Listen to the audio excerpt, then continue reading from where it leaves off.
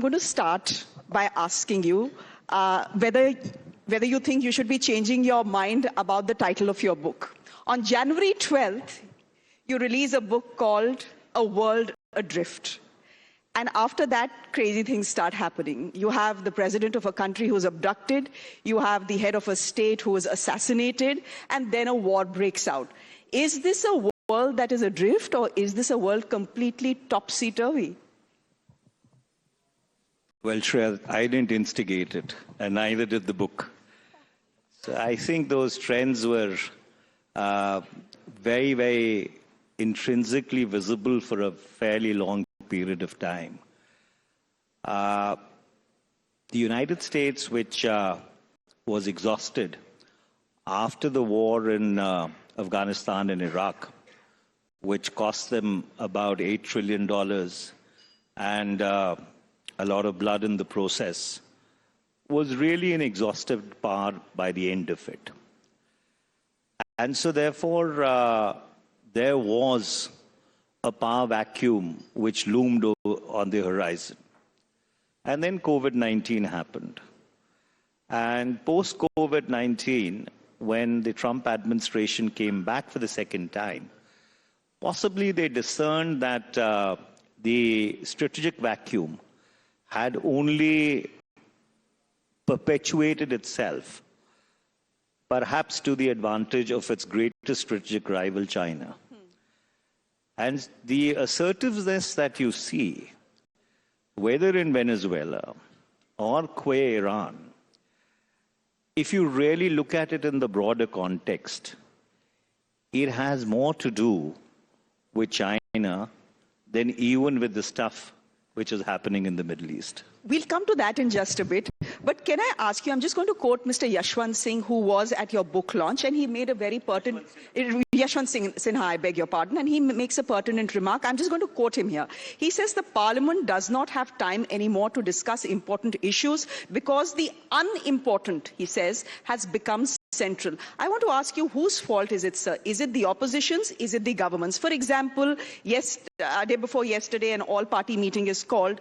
The leader of opposition decides not to go. All right, his mother was unwell. He was by her bedside. I understand that. But even before that, he had decided not to go. You have a party like the TMC that decides to skip it.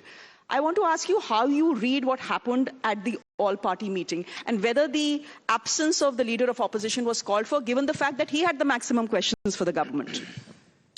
Well, I think what was very surprising was the absence of the Prime Minister. The Prime Minister is the leader of the House. The Prime Minister addressed the Lok Sabha and laid out what he thought were the strategic concerns of India. Next day, he went and did the same thing in the Council of States, the Rajya Sabha. And so therefore, given the fact that we are in an unprecedented situation, whereby not only is our crude oil supply impacted, not only is our LNG supplies impacted, but fertilizer, food, essential pharmaceuticals, I think it was incumbent that the Prime Minister, as the leader of the House, should have presided over the meeting.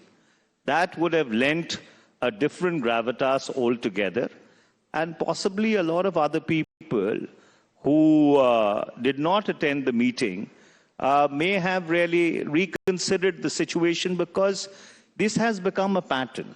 Earlier, whenever there used to be an all-party meeting, even before the commencement of any parliament session, it was always presided over by the Prime Minister. Unfortunately, over the last couple of years, that has not become an exception. That has become completely absent. And insofar as disturbance is concerned, or the lack of parliament functioning is concerned, that's a problem which now goes back to 1989. If I may remind you, because I do not want to start on a long history, but on the 24th of July, 1989, when 106 MPs resigned from the Lok Sabha, essentially all those people who are in government now, on absolutely spurious and fabricated allegations, that set off a domino impact, which unfortunately India's legislature